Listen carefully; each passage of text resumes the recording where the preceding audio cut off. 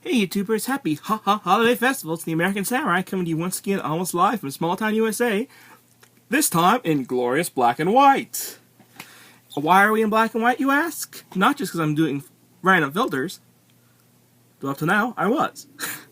but because we're talking about a Christmas classic. And I believe this is one of the earliest films up to date.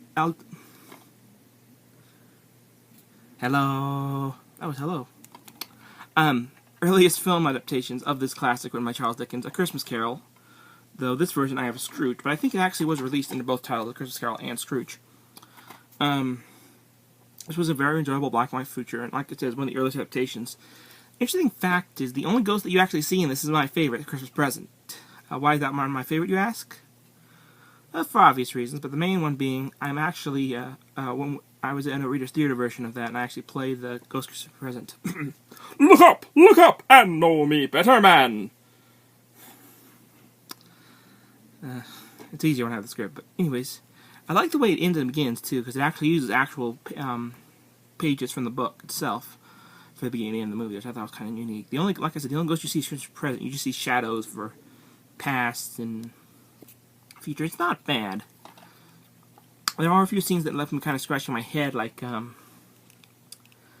when you have Tiny Tim singing "Hark, the Herald Angels Sings," and the the Lord Mayor of London having a big Christmas party, and everybody getting up and singing "God Save the Queen." And I feel like those parts were just kind of inserted so they can have some music in there. But that aside, it was, you know, it was pretty good, and it had a short running time, about 78 minutes, so relatively short and enjoyable Christmas, and for an early attempt, very good. Not the best one I've ever seen of A Christmas Carol. There will probably be other versions, like I said. This is a movie that I enjoy quite a lot, so there will be other versions of that coming up. This one's one of my rare ones, not going to get scored too high. I'm going to say probably on my scale, this is going to be the lower rating. This is probably going to be about a 5.9.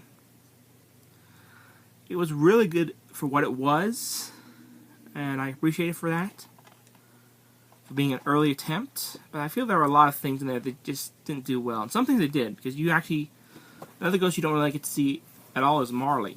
And they did a very good job. I think they did done some early ventriloquism or something, because it was really pretty well done, even though you get to see the ghosts.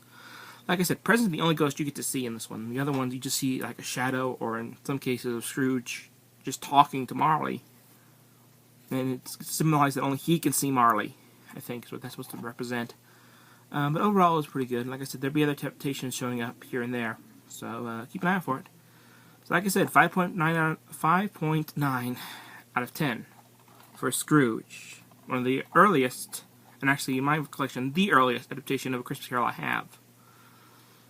So, until next time, Feliz Navidad, sayonara, arrivederci, goodbye, and adios.